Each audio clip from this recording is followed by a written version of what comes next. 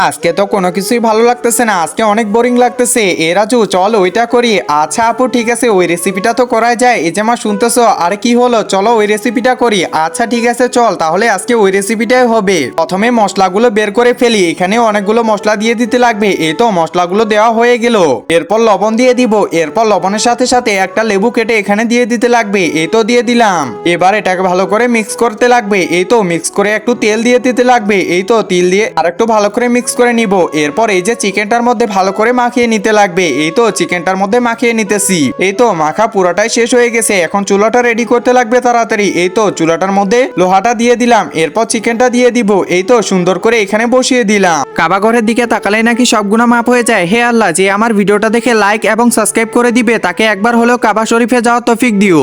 এখন তাড়াতাড়ি ঢাকনাটা লাগিয়ে দিতে লাগবে, কখন যে হবে। আরে বাহ, আমাদের চিকেনটা তো দেখি হয়ে গেছে। মা তাড়াতাড়ি বের করো, আমার আর ধৈর্য সইতেছে না। হ্যাঁ রে রিমি দাঁড়া, এই যে পরোটা নিয়ে নে, এখন তাড়াতাড়ি খেয়ে দেখ কেমন হয়। আরে মা অনেক স্বাদ করতেছে, আসলেই তো।